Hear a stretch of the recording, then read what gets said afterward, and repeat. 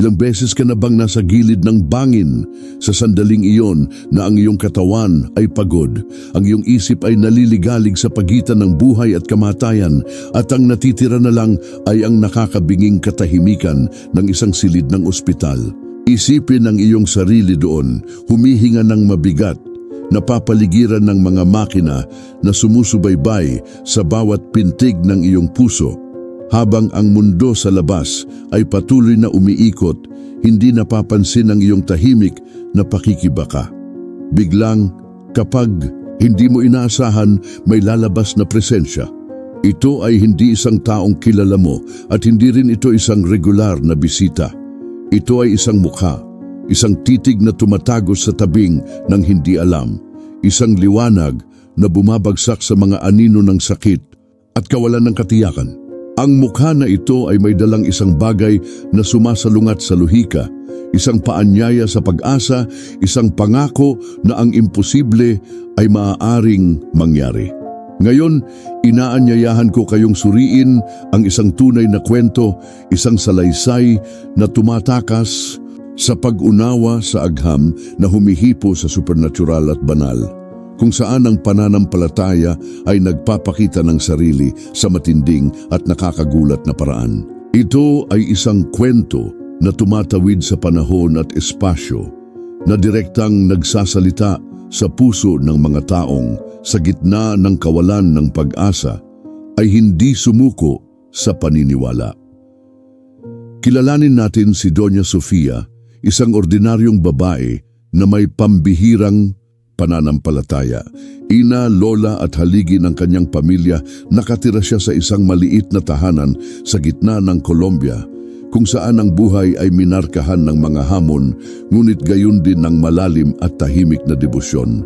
Nagsimula ang kanyang mga araw sa taimtim na panalangin at ang kanyang oratoryo na pinangungunahan ng imahe ni Ojciech Pio, ang kanyang sagradong kanlungan, ang lugar kung saan siya naghanap ng lakas upang harapin ang mga unos ng buhay. Ngunit, nang madaig siya ng sakit at nagbanta ang kanyang kalusugan, naiwanan siya, mismong sa silid ng ospital na iyon, na napapalibutan ng anino ng kamatayan. Nangyari ang hindi inaasahang pangyayari. Sa dilim ng walang katapusang gabing iyon, nang tila nawala ang kanyang tibok ng puso, nakita ni Doña Sofia ang isang bagay na nagpabago sa lahat, isang pakikipagtagpo sa sagrado, isang interbensyon na hindi maipaliwanag ng sinumang doktor. Para sa kanya, ang debosyon kay Ojciech Pio ay hindi lamang isang tradisyon o kaugalian. Ito ay isang direktang linya patungo sa banal, isang link na lumalampas sa oras at espasyo. Ang kanyang mga kwento ng mga himala, bilocation at stigmata ay naging mga beacon para sa libu-libong tao sa buong mundo. Ngunit ang nangyari kay Doña Sofia ay higit pa sa mga kwentong narinig mo. Buhay siyang patunay na kahit sa pinakamadilim na sandali, may isang di nakikitang kamay na umaabot upang iligtas tayo. Makakarinig ka ng mga kwentong umaantig sa iyong kaluluwa, mga patotoo ng isang pananampalatayang sumasalungat sa pag-aalinlangan at nagbibigay liwanag sa kapangyarihan ng banal na pag-ibig sa pagkilos. Maghanda na maramdaman mismo ang tensyon ng sandaling iyon, ang dalamhati ng paghihintay, ang bigat ng kawalan ng katiyakan, at sa wakas ang himalang naghatid ng liwanag kung saan mayroon lamang kadiliman. Dahil hindi lang ito kwento ng isang babae at ang kanyang paglaban sa kamatayan. Ito ay isang kwento tungkol sa pag-asa, tungkol sa hindi masisirang pananampalataya, at tungkol sa katiyakan na kapag hindi natin inaasahan, ang sagrado ay maaaring magbunyag ng sarili sa hindi inaasahang paraan, tulad ng isang mukha na lumilitaw na magliligtas sa atin bago tayo magising. Manatili sa akin. Ito ay isang paglalakbay na magbabago sa paraan ng pagtingin mo sa imposible. Reyna Sofia siya ay palaging pinagmumulan ng matalinong payo at mga salita ng pag-asa para sa komunidad. Ang kanyang mga kapitbahay ay humingi ng kanyang mga panalangin sa mga oras ng pagkabalisa at palagi siyang may nakaaaliw na salita, isang sipi sa Biblia o isang turo mula kay Ojek Pio na ibabahagi. Ang kanyang tahanan ay isang ligtas na kanlungan para sa mga naghahanap ng kapayapaan at ang bango ng insenso at relihiyosong mga awit ay palaging naroroon. Gustong-gusto ng kanyang mga apo na umupo sa tabi niya habang nagkukwento siya ng mga santo at mga himala. At ang figura ni Ojek Pio na may kahanga-hangang balbas at matalim na titig ay halos miyembro ng pamilya sa kanyang mga kwento. Binanggit niya ang kanyang pananampalataya ng may kasimplihan at pananalig na nakakabighani at marami sa paligid niya ang nadama na inspirasyon na mas mapalapit sa espiritualidad. Gayunpaman, ang buhay na hindi mahuhulaan ay may naghihintay na hamon na susubok sa pananampalataya ni Doña Sofia at ng kanyang pamilya sa hindi pa nagagawang paraan. Isang araw, nang walang pasabi, nakaramdam siya ng matinding kirot sa kanyang dibdib, isang pananakit ng saksak na nagpasuray-suray. Noong una, akala niya ay pagod lang iyon, isang bagay na pansamantala. Ngunit tumindi ang sakit at naging mahirap ang paghinga. Ang kanyang mga anak na naalarma ay isinugod siya sa pinakamalapit na ospital. Mabigat ang hangin sa loob ng sasakyan, may halong amoy ng pag-aalala. Doon, pagkatapos ng isang serye ng mga kagyat na pagsusuri, ang diagnosis ay dumating bilang isang pagkabigla, isang malubhang atake sa puso. Ang balita ay tumama sa pamilya na parang kidlat na yumanig sa pundasyon ng kanilang pang-araw-araw na buhay. Ang babaeng laging sumusuporta sa kanila na siyang personifikasyon ng lakas at pananampalataya ay nasa hospital bed. Ang kanyang buhay ay nakabitin sa isang hibla. Ang balita ng diagnosis ay mabilis na kumalat sa maliit na komunidad at ang dasal ng panalangin at pag-aalala ay bumangon para kay Doña Sofia. Ang imahe ng kanyang hindi natitinag na pananampalataya ay nahaharap ngayon sa kahinaan ng isang nanghihina na katawan. Sa gitna ng kawalang katiyakan ng mga sumunod na araw, ang pamilya ay kumapit sa bawat medikal na ulat, sa bawat maliit na pagpapabuti. Ang mga bata ay humalili sa ospital, pinapanood ang kanilang ina na kung minsan ay tila nakikipaglaban para sa kanyang buhay, kung minsan ay nahulog sa isang malalim at hindi mapakali na pagtulog. Ang mga makina ay nag-beep, ang mga ilaw ay kumikislap at ang katahimikan ng gabi sa ospital ay nabasag lamang ng tunog ng kanilang sariling mga puso na malakas na tibok. Sa sitwasyong ito ng matinding kahinaan na ang pananampalataya ni Doña Sofia at ng mga nagmamahal sa kanya ay masusubok at marahil magbago magpakailanman. Ang sumunod ay isang paglalakbay na lalampas sa medisina at lohika na humahantong sa kanya sa isang engkwentro na magtatanda sa kanya sa buong kawalang hanggan. Ang mga araw na sumunod sa diagnosis ay isang mabagal at nakakapagod na pagpapahirap. Para sa pamilya ni Doña Sofia, ang balita ng malubhang atake sa puso na sinundan ng pagtuklas ng mga seryosong komplikasyon ay naglubog sa lahat sa bangin ng kawalan ng pag-asa. Si Doña Sofia, na palaging naglalabas ng sigla at lakas, ay nakahiga na ngayon sa isang intensive care bed na konektado sa mga wire at monitor na nagdidikta sa bilis ng kanyang laban para sa buhay. Sa bawat beep mula sa mga makina, sa bawat bahagyang pagbabago sa kanyang ekspresyon, namuo ang pangamba sa puso ng kanyang mga anak at apo.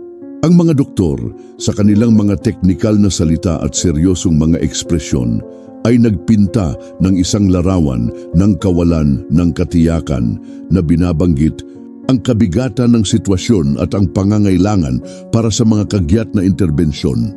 Ang pag-asa ay may halong takot At sa bawat oras na lumilipas, tila lumalago ang dalamhati. Ang gawain ng pamilya ay ganap na nabago.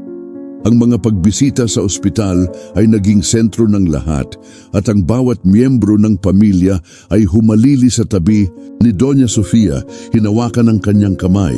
Bumubulong ng mga salita ng pampatibay loob at tahimik na nanalangin. Ang kapaligiran ng ICU ay mapang-api. Ang amoy ng disinfectant, ang patuloy na ingay ng mga kagamitan, ang paningin ng ibang mga pasyente na nasa kritikal na kondisyon. Ang lahat ng ito ay nag-ambag sa pakiramdam ng kawalan ng kakayahan at kahinaan. Ang mga anak ni Doña Sofia na dati ay namumuhay sa karaniwang pagmamadali, ngayon ay nahaharap sa tunay na posibilidad ng pagkawala ng kanilang ina. Ang mga talakayan tungkol sa mga paggamot, tungkol sa hindi tiyak na hinaharap, tungkol sa pananalapi ay nagsimulang lumitaw, na nagdaragdag ng isa pang layer ng tensyon sa isang hindi na mabata na sitwasyon. Si Doña Sofia naman ay nasa semi-consciousness. Kung minsan, tila nagigising siya, saglit na nagmulat ang kanyang mga mata bago muling pumikit, nahuhulog sa pagtulog na dulot ng gamot o sa pagod ng kanyang sariling katawan. Nakaranas siya ng panloob na pagdurusa, isang tahimik na labanan sa pagitan ng buhay at kamatayan, ang matingkad at kung minsan ay nakakatakot na mga panaginip na may halong realidad ng mga tunog ng ospital, na lumilikha ng isang nakalilito at nakakagambalang tanawin ng kaisipan. Naramdaman niya ang karupukan ng kanyang katawan, ang hirap sa paghinga, ang sakit na pilit tumutusok sa kanyang kamalayan kahit sa ilalim ng epekto ng mga gamot na pampakalma. Sa kanyang mga sandali ng maliwanag, siya ay sinalakay ng pag-aalala para sa kanyang pamilya, ang katiyakan na sila ay nagdurusa dahil sa kanya. Siya na palaging naging bato, ngayon ay natagpuan ang kanyang sarili na umaasa, mahina. Ang pangkat ng medikal ay nagsisikap na patatagin ang kanyang kondisyon, ngunit nagpatuloy ang mga komplikasyon. Ang kanyang presyo ng dugo ay mapanganib na nagbabago. Ang kanyang paggana ng puso ay nakompromiso at ang mga doktor ay nagsalita tungkol sa posibilidad ng impeksyon. Sa bawat bagong impormasyon, ang pamilya ay nakaramdam ng paninikip sa kanilang dibdib. Ang pakiramdam na ang lupa ay gumuho sa ilalim ng kanilang mga paa. Ang mga panalangin ay tumindi at ang buong komunidad ay nakiisa sa isang tanikala ng pananampalataya para kay Doña Sofia.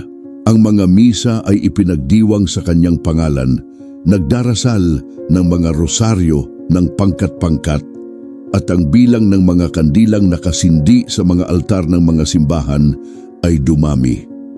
Ang bawat tao'y naghintay para sa isang palatandaan, para sa isang makabuluhang pagpapabuti na magbibigay sa kanila ng isang sinag ng pag-asa. Ngunit ang labanan ay hindi lamang pisikal, ito ay espiritual din.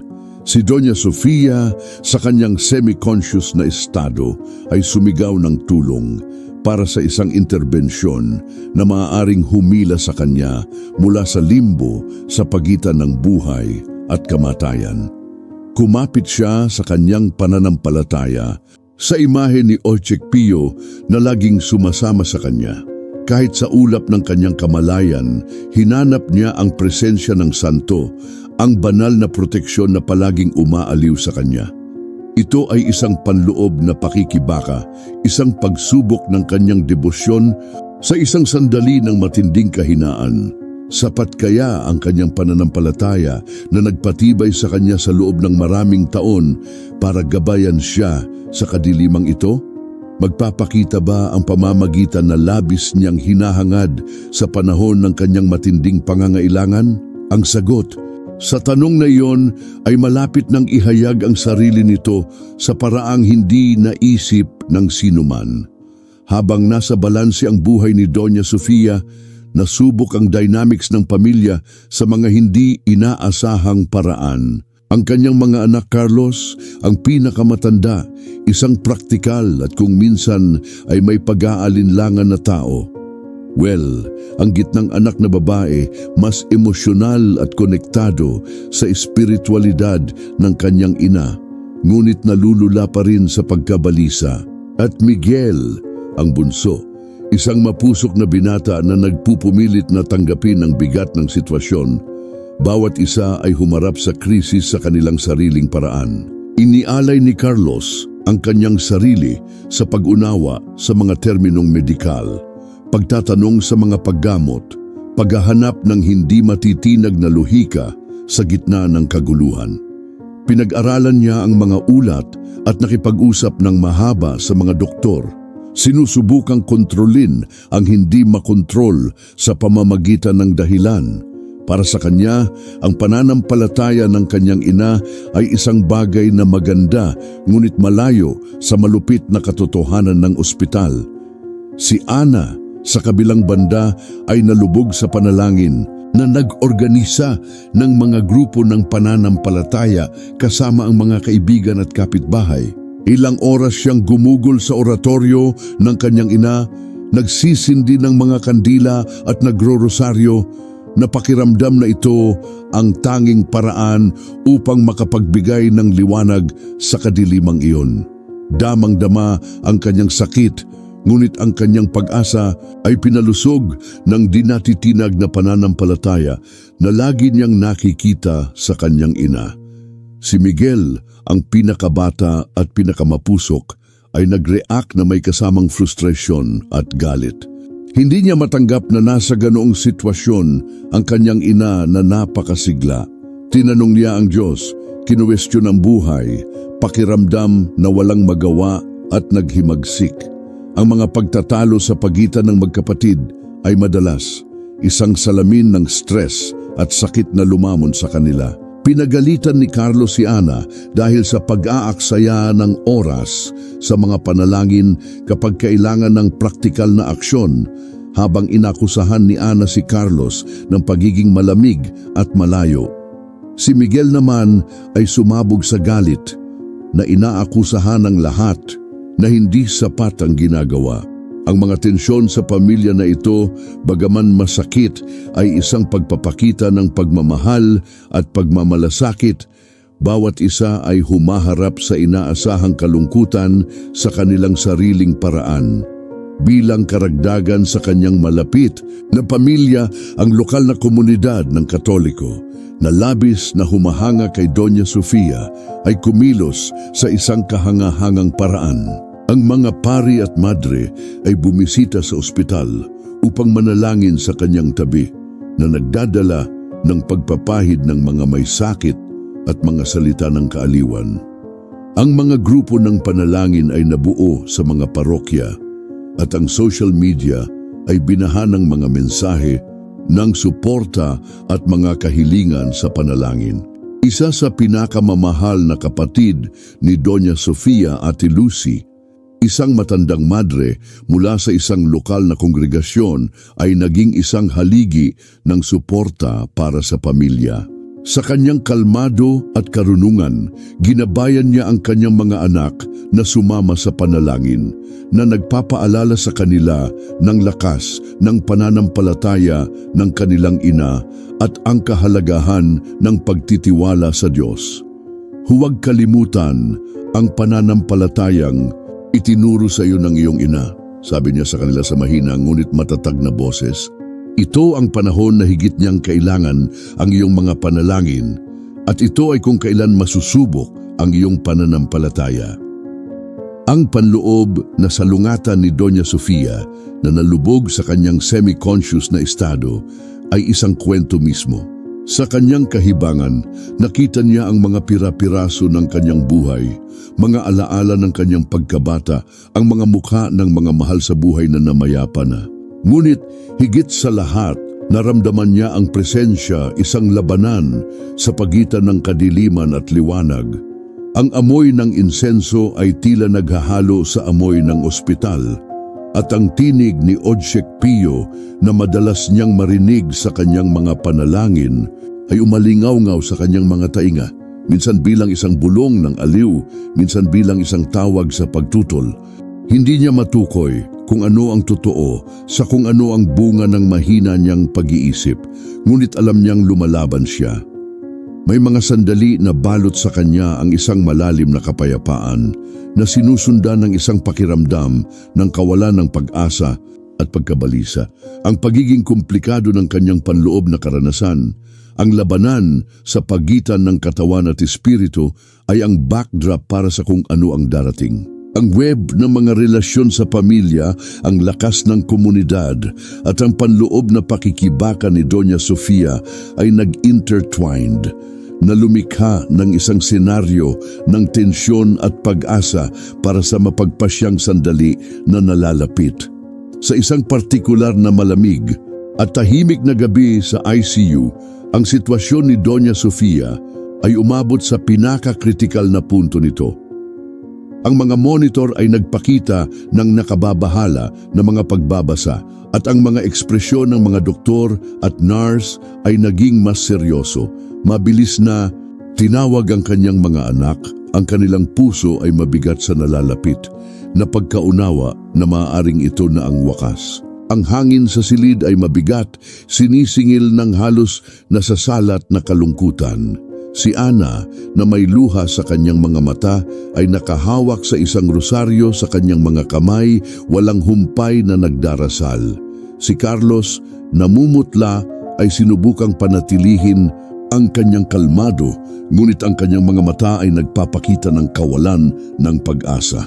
Si Miguel, nakaupo sa isang sulok, ay gulat na gulat, hindi makapagsalita. Si Sister Lucia, sa kanyang karaniwang katahimikan, ay lumapit sa higaan ni Doña Sofia at nagsimulang manalangin ng tahimik. Sa Latin, isang panalangin ng pagsuko. Noon ay may nangyaring hindi pangkaraniwang bagay. Habang ang mga doktor ay naghahanda para sa isa pang pagtatangka sa pagpapatatag, at ang pamilya ay kumapit sa kanilang huling bahagi ng pag-asa, si Doña Sofia, na nasa semi-conscious pa rin, ay nakaramdam ng pagbabago sa kanyang pangunawa. Ang ulap na kumulimlim sa kanyang isipan ay nagsimulang mag-angat, hindi ganap, ngunit sapat para sa isang bagong kalinawan na pumasok. Naramdaman niya ang presensya sa silid, hindi isang pisikal na presensya ng mga doktor o ng kanyang pamilya, ngunit isang bagay na mas banayad, mas ethereal. Isang nakakaaliw na init ang bumalot sa kanya, at ang malakas na amoy ng disinfectant ay nagbigay daan sa isang malambot na halimuyak ng mga rosas. Isang hindi mapag-aalinlangan ng aroma na iniugnay niya sa makalangit na presensya, lalo na sa Our Lady. Sa gitna ng pakiramdam na ito ng kapayapaan at init, si Doña Sofia ay nakakita ng isang figura. Ito ay hindi isang malinaw na imahe tulad ng katotohanan, ngunit isang pangitain na ipinataw ang sarili sa kanyang isip kahit na ang kanyang mga mata ay nakapikit. Isang lalaking may maitim na balbas, nakasuot ng ugali ng Pransiskano, may matalim at mahabagin na tingin. Naroon siya sa tabi niya sa ulunan ng kanyang kama. Si Wojciech Pio yon. Ang kanyang puso, kahit nang hina, ay tila nagbibigay ng pagkilala. Walang alinlangan. Ito ay siya, ang isa na madalas niyang hinihiling sa kanyang mga panalangin, kung kanino niya ipinagkatiwala ang kanyang mga paghihirap. Ang pangitain ay hindi bumigkas na mga naririnig na salita, ngunit isang telepatikong komunikasyon, isang mensahe ng kaaliwan at pag-asa ang pumuno sa kanyang isipan. Anak, huwag kang matakot. Ang iyong pananampalataya ay nagpapanatili sa iyo. Magtiwala sa awa ng Diyos. Ang imahe ng mukha ni Wojciech Pio ay naging mas malinaw, halos matingkad sa kanyang isip. Nararamdaman niya ang presensya nito, isang mapagmahal na puwersa na nakapalibot sa kanya. Para bang nandyan siya para suportahan siya, para gabayan siya sa mapanganib na threshold na iyon. Sa mismong sandaling yon, ang mga monitor ng puso ni Doña Sofia ay nagsimulang magpakita ng bahagyang pagbuti. Ang pintig ng kanyang puso, na dati ay hindi regular at mahina, ay nagsimulang maging matatag. Napansin ng mga doktor ang pagbabago, halata sa kanilang mga mukha ang magkahalong pagtataka at pagkaluwag. Nakahinga ng maluwag si Ana, na kanina pananonood sa mga monitor ng may matinding paghihirap. Nagkatinginan sina Carlos at Miguel, hindi lubos na naiintindihan ang nangyayari. Nanatili ang pangitain ni Ojek Pio ng ilang sandali, sapat na ang tagal para madama ni Doña Sofia ang kapayapaan sa kanyang pagkatao. Nakaramdam siya ng panibagong lakas, isang enerhiya na hindi nagmula sa kanyang mahinang katawan, ngunit mula sa isang bagay na mas malaki, transcendente. Parang isang napakalaking bigat ang naalis sa kanyang mga balikat. Nabawasan ng sakit at ang paghinga niya na kanina pa napakahirap ay naging makinis. Pagkatapos ay nagsimulang kumupas ang figura ni Ojek Pio na iwan hindi lamang ang bango ng mga rosas, kundi isang malalim na pakiramdam ng kalmado at isang hindi matitinag na katiyakan. Hindi siya nag-iisa. Ito ang naging punto ng pagbabago. Isang engkwentro na sumalungat sa medikal at siyentipikong lohika, ngunit para kay Doña Sofia at sa lalong madaling panahon para sa kanyang pamilya, ang magiging pinakanakakumbinsi na patunay ng banal na pamamagitan at ang kapangyarihan ng tunay na pananampalataya. Kinaumagahan ay nagdala ng kahangahangang pagbabago sa silid ni Doña Sofia. Ang mga monitor ng puso ay patuloy na nagpapakita ng mas matatag na pagbabasa. At ang mga doktor, bagaman maingat, ay nagpahayag ng panibagong optimismo. Nagkaroon ng liwanag sa hangin, isang ramdam na ginhawa na kumalat sa buong ICU. Ang balita ng pagpapabuti ay mabilis na kumalat sa pamilya at komunidad na nagdadala ng sama-samang buntong hininga ng pasasalamat. Ang mga panalangin ay hindi tumigil, ngunit ngayon ay napuno sila ng isang tono ng papuri at pasasalamat. Si Doña Sofia na mahina pa ay nagising mula sa kanyang mahimbing na pagkakatulog makalipas ang ilang oras. Unti-unting bumukas ang kanyang mga mata at ang una niyang nakita ay ang nag-aalala at umaasang mukha ng kanyang mga anak. With considerable effort, she managed to whisper, "Ojek Pio." Nakita ko siya. Ang parirala na binibigkas ng may hindi matitinag na pananalig ay nagdulot ng magkahalong pagtataka at pagkalito kina Carlos at Miguel. Si Ana, gayunpaman, na nakaramdam na ng intuwisyon tungkol sa presensya ng banal, ay nakaramdam ng panginginig sa kanyang gulugod. "Nakita mo ba siya, nanay?" Tanong niya, puno ng emosyon ang mga mata. Mahinang tumango si Doña Sofia, may bahagyang ngiti na naglalaro sa kanyang mga labi. "Nandito siya. Sinabihan niya akong huwag matakot."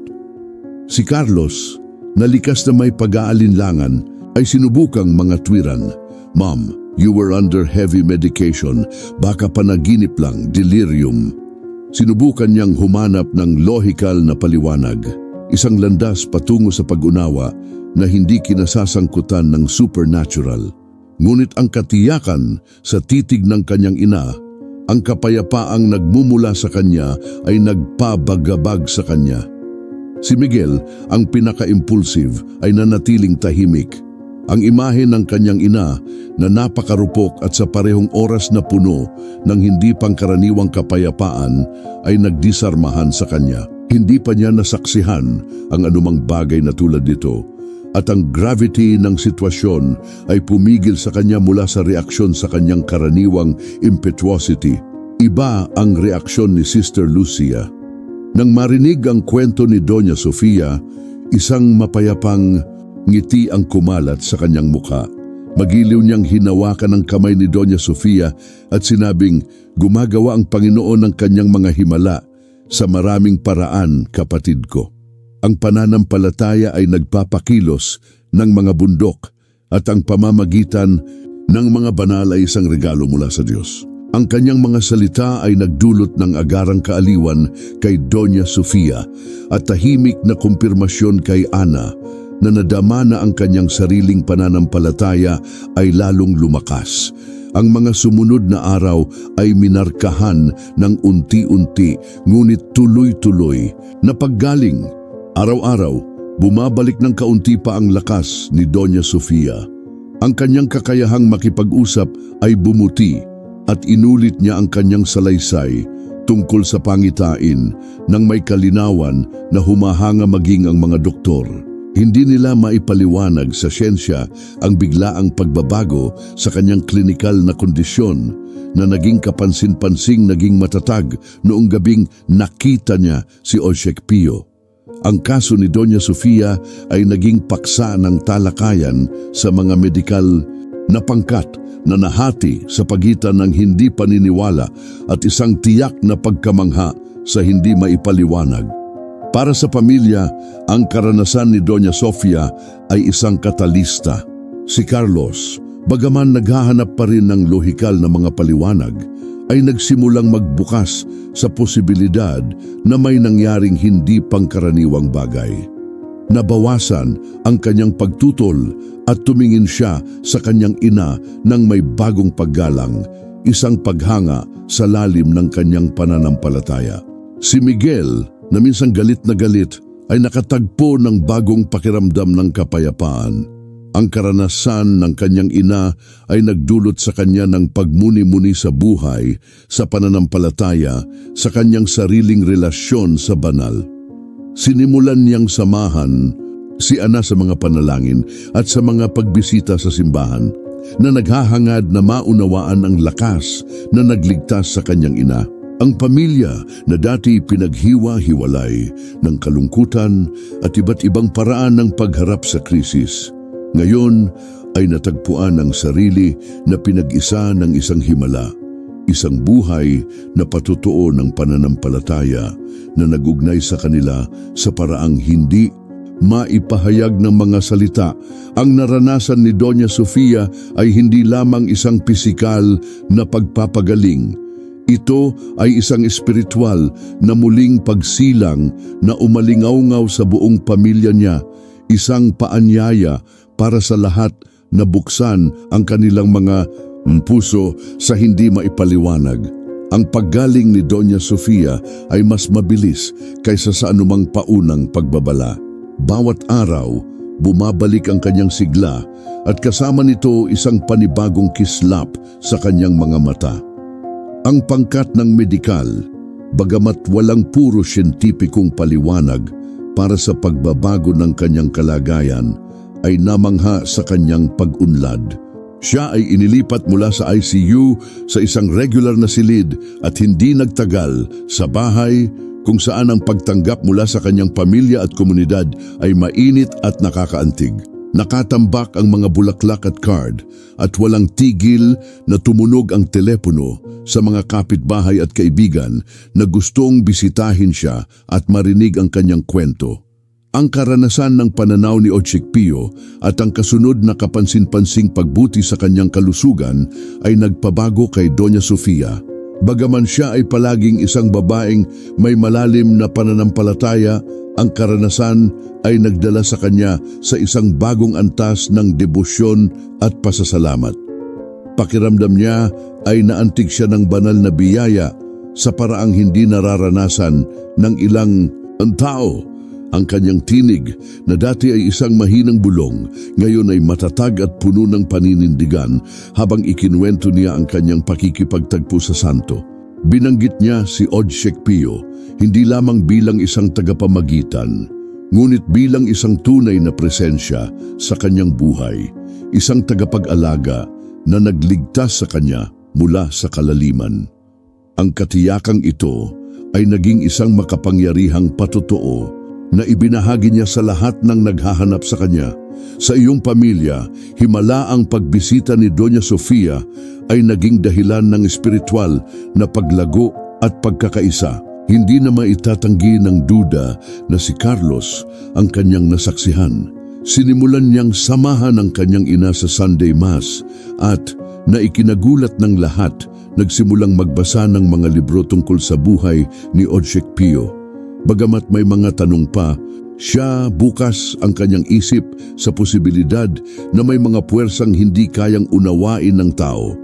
Siya ay naging mas matiyaga, mas maunawain ang pananampalataya mula sa kanyang ina at nagsimulang magdasal sa mga oras ng kahirapan, isang bagay na hindi akalain para sa kanya bago ang nangyari. Naramdaman naman siya ni Ana pananampalataya na kumpirma at lumalim. Ang karanasan ng kanyang ina ay nagbigay inspirasyon sa kanya upang higit na italaga ang sarili sa isang buhay ng panalangin at paglilingkod. Naging mas aktibo siya sa mga aktibidad ng parokya, naging katekista at nag-organisa ng mga prayer group. Sa pangalan ni Ojek Pio, ang pasasalamat sa paggaling ng kanyang ina ay nagbigay inspirasyon sa kanya na ibahagi ang kanyang pananampalataya sa iba at naging mapagkukunan siya ng suporta para sa mga naghahanap espiritual na pagpapagaling at kaginhawaan.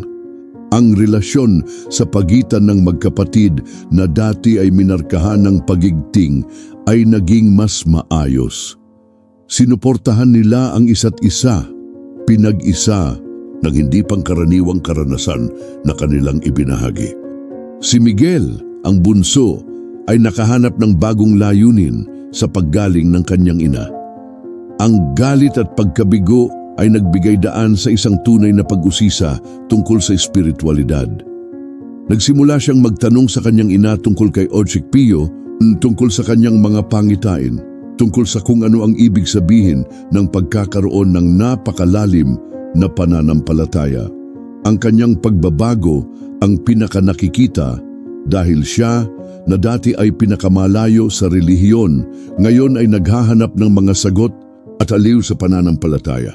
Ang tahanan ni Doña Sofia na dating kanlungan, ngayon ay naging isang impormal na pilgrimage center kung saan nagpunta ang mga tao upang marinig ang kanyang kwento at humingi ng inspirasyon sa kanilang paglalakbay.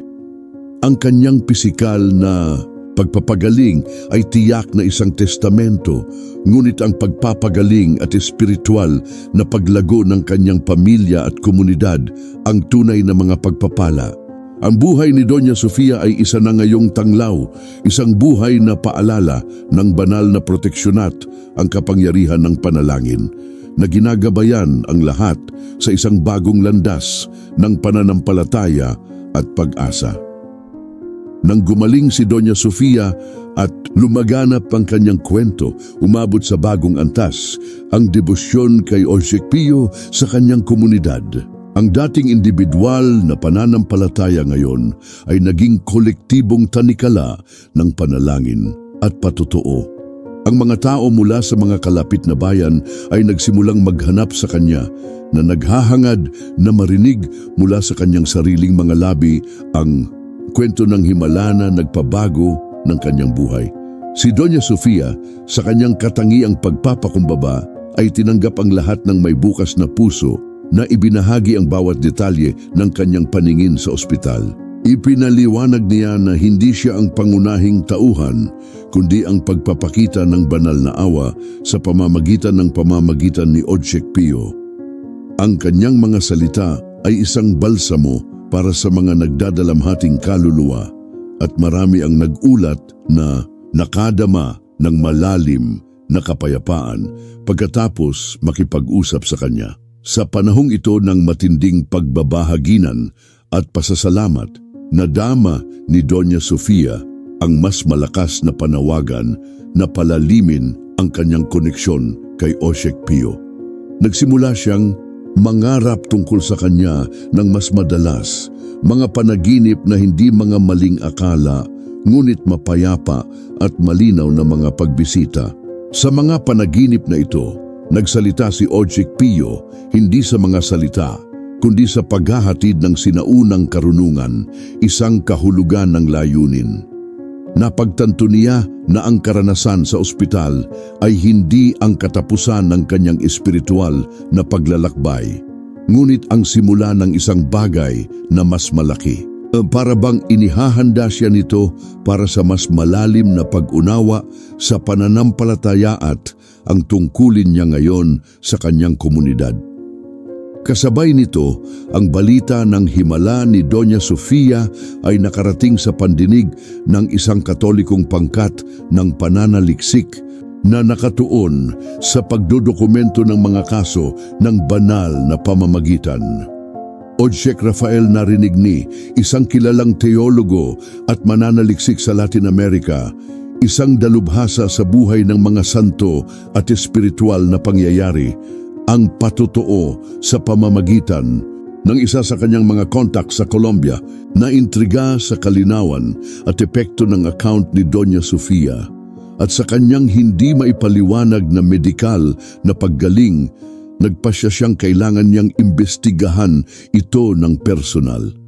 Si Ojek Rafael, bagamat isang taong may dinatitinag na pananampalataya, ay isa ring siyentipiko na naghahanap ng katotohanan sa pamamagitan ng ebidensya at pare-parehong mga ulat. Nakita niya sa kwento ni Doña Sofia ang isang pagkakataon upang palakasin ang pananampalatayang marami, ngunit upang mag-alok din ng matibay na patotoo na makatiis sa pag-aalinlangan. Ang pamilya ni Doña Sofia, lalo na sina Carlos at Ana, ay nadama din ang paglalim ng kanilang sariling espiritual na mga paglalakbay. Si Carlos, na dati ay tutol sa kung ano ang hindi masusukat o maipaliwanag, ngayon ay naghahanap ng mga libro tungkol sa Ojek Pio at tinalakay kay Ana ang mga misteryo ng pananampalataya.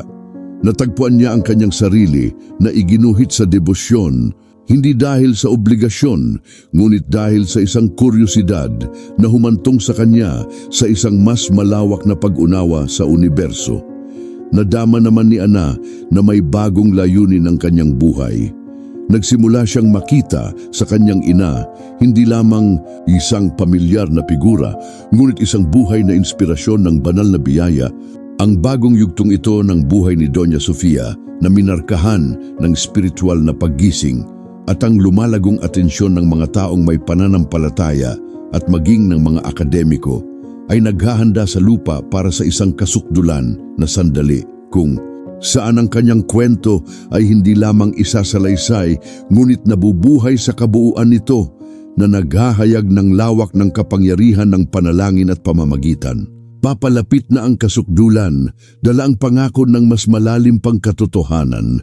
Ang pagpupulong ni Doña Sofia kay Ojek Rafael ay minarkahan ng kapaligiran ng pagpipitagan at pag-asa.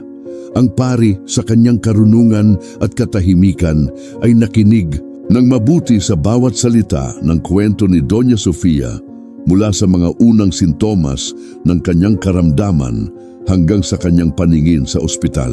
Itinuring niya ang babaeng nasa harap niya hindi lamang bilang isang pasyente na mahimalang gumaling, ngunit bilang isang buhay na saksi sa isang kababalaghan na sumasalungat sa ordinaryong pangunawa. Ang kanyang mga mata ay kumikinang na may halong paghanga at pagkamausisa ng mga iskolar.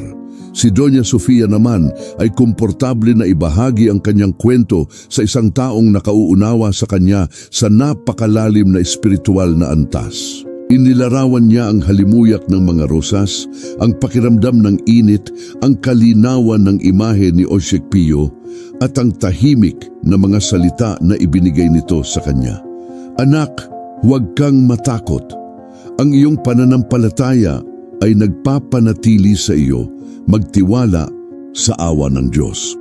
Habang isinasalaysay ni Doña Sofia ang mga detalye ng kanyang karanasan, si Ojek Rafael, sa kanyang matalas na pag-iisip, ay nagtala na hinahanap ang bawat punto ng koneksyon sa iba pang mga salaysay ng mga himala at pamamagitan na pinag-aralan niya sa buong buhay niya. Naunawaan niya ang pagiging tunay sa mga salita ni Doña Sofia, ang kawalan ng katalinuhan o pagmamalabis. Ito ay isang dalisay na salaysay na nagmula sa isang kaluluwa na humipo sa hangganan ng kamatayan at bumalik na may mensahe mula sa banal. Ang kasukdulan ng salaysay ay hindi nangyari sa isang kumukulog na sandali, ngunit sa unti-unting pagunlad ng isang malalim na paghahayag na nagtatapos sa pagpapatunay at pagkilala sa kanyang karanasan. Sa sandaling iyon, nang ilarawan ni Doña Sofia ang kanyang tinig dahil sa emosyon, ang mahabaging titig ni Ojek Pio na may kakaibang nangyari. Si Ojek Rafael, na kanina pa matamang nakatingin sa kanya, ay nakaramdam ng biglaang banayad na simoy ng hangin na dumaan sa silid kahit nakasara ang bintana. Isang banayad na amoy ng mga rosas na kapareho ng inilarawan ni Doña Sofia ang pumuno sa silid sa loob ng ilang segundo. Lumingon siya, hinahanap ang pinanggalingan, ngunit walang rosas na nakikita. Napansin din ito ni Doña Sofia. Bahagyang nanlaki ang kanyang mga mata, isang kislap ng pagkilala sa kanyang titig. Nagkatinginan silang dalawa, isang nakakabinging katahimikan ang bumabalot sa hangin. Hindi na kailangang magsabi ng anuman. Ang presensya, ang bango, ay ang tahimik at malakas na kumpirmasyon na mayroong isang bagay na transcendente na nagpapatunay sa karanasan ni Doña Sofia. Si Ojek Rafael gumalaw, isinara ang notebook. Doña Sofia, aniya, nababalot ng damdamin ng kanyang boses, ang iyong patotoo ay buhay na patunay ng pamamagitan ni Ojek Pio. Ito ay isang regalo, isang himala na kailangang ibahagi sa mundo. Ang kanyang kwento ay hindi lamang tungkol sa kanyang pagpapagaling, kundi tungkol sa walang katapusang awa at kapangyarihan ng Diyos pananampalataya. Inanyayahan niya siya na lumahok sa isang internasyonal na kumperensya tungkol sa mga himala at buhay ng mga santo, kung saan maibabahagi niya ang kanyang kwento sa daan-daang tao na naghahanap ng mga sagot at inspirasyon. Noong una, nag-alinlangan si Doña Sofia dahil ang kanyang pagpapakumbaba ay nagparamdam sa kanya na hindi siya karapat-dapat sa labis na pansin. Gayunpaman, ang pananalig ni Ojek Rafael at ang katiyakan na ang kanyang karanasan ay makakaantig sa maraming buhay. Ang imbitasyong ito at ang kasunod na pagtatanghal ng kanyang kwento sa harap ng napakalawak at tapat na madla ay ang tunay na kasukdulan. Sa entablado sa ilalim ng mga ilaw, ikinuwento ni Doña Sofia sa kanyang pagiging simple at malalim na pananampalataya ang bawat detalye ng kanyang pakikipagtagpo kay Ojek Pio. Ang kanyang boses na minsan ay mahina, ay umalingaw-ngaw sa lakas na nagmumula sa puso. Ang katahimikan sa madla ay ganap na basag lamang ng mga buntong hininga at ilang luha. Hindi lang siya nagkukwento, nagbabahagi siya ng karanasang nakaantig sa banal, sa pagtatapos ng kanyang patotoo na puno ng mainit at matagal na palakpakan ang auditorium. Lumapit ang mga tao, kumilos, humihingi ng basbas sa kanya, nagbabahagi ng sarili nilang mga kwento ng pananampalataya at sakit. Ito ay pagpapatunay hindi lamang ng kanyang personal na himala, ngunit ng universal na kapangyarihan ng pamamagitan at ang banal na proteksyon. Ang sandaling iyon ay hindi lamang ang rurok ng kanyang paggaling, kundi ang rurok ng kanyang misyon na binago ang kanyang sakit sa isang mapagkukunan ng pag-asa para sa hindi mabilang na mga kaluluwa. Ang kwento ni Doña Sofia ay tumatatak ng malalim sa aming mga puso. Nag-aalok ng higit pa sa isang simpleng kwento ng pagbawi. Ito ay isang echo ng walang hanggang katotohanan.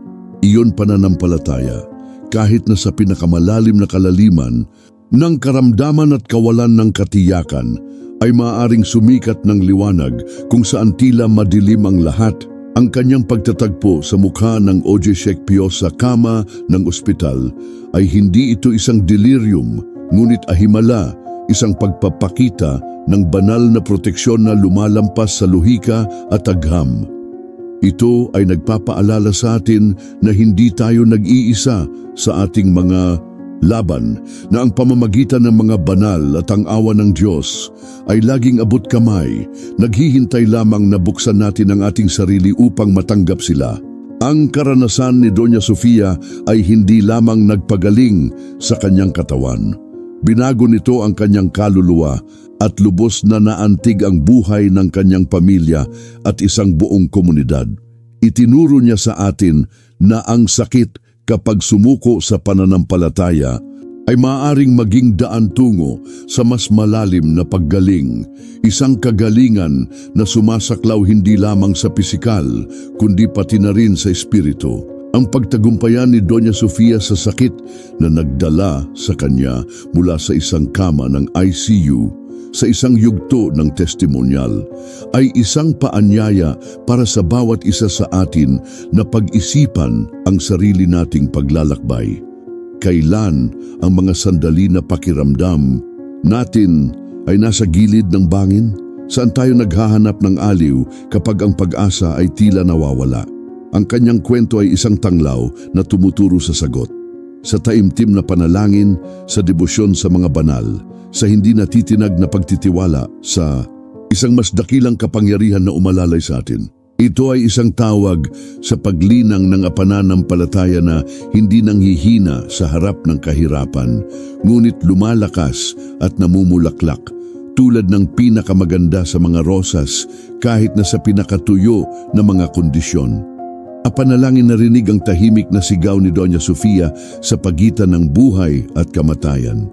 At ang sagot ay dumating sa paraang lumampas sa panahon at espasyo, patunay na ang presensya ng mga santo ay totoo at aktibo sa ating buhay. Ilang beses, tulad ni Doña Sofia, nasusumpungan natin ang ating mga sarili sa mga sitwasyon kung saan ang tanging paraan upang makalabas ay ang ganap na pagsuko sa banal na kalooban.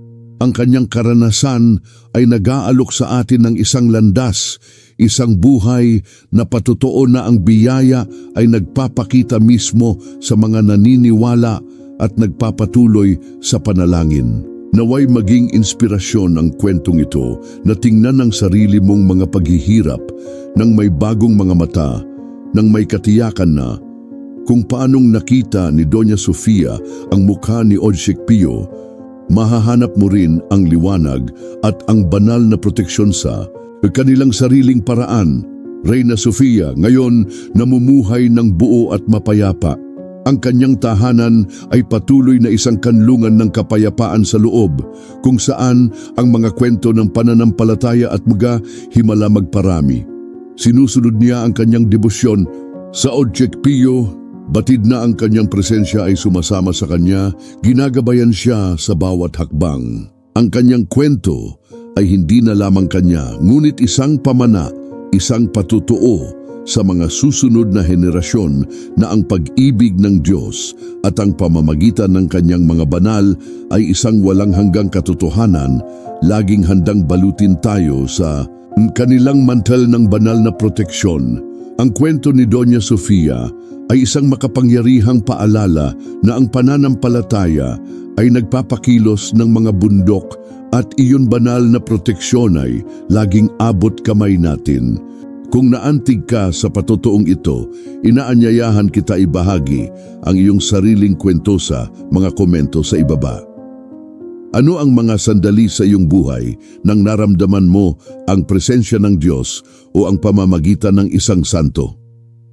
Ang iyong karanasan ay maaaring ang liwanag na kailangan ng ibang kaluluwa, at kung naghahanap ka ng higit pang mga kwentong tulad nito na nagpapatibay sa pananampalataya at ikonekta kami sa banal, siguraduhin na mag-subscribe sa aming channel at isaaktibo ang kampana para matanggap ang lahat ng aming bagong publikasyon. Sama-sama, maaari tayong bumuo ng isang komunidad ng pananampalataya at pag-asa, ipagdiwang ang mga himala na nangyayari sa ating buhay. Ang iyong pakikilahok ay mahalaga para sa hanay ng mga pagpapalang ito upang patuloy na lumago.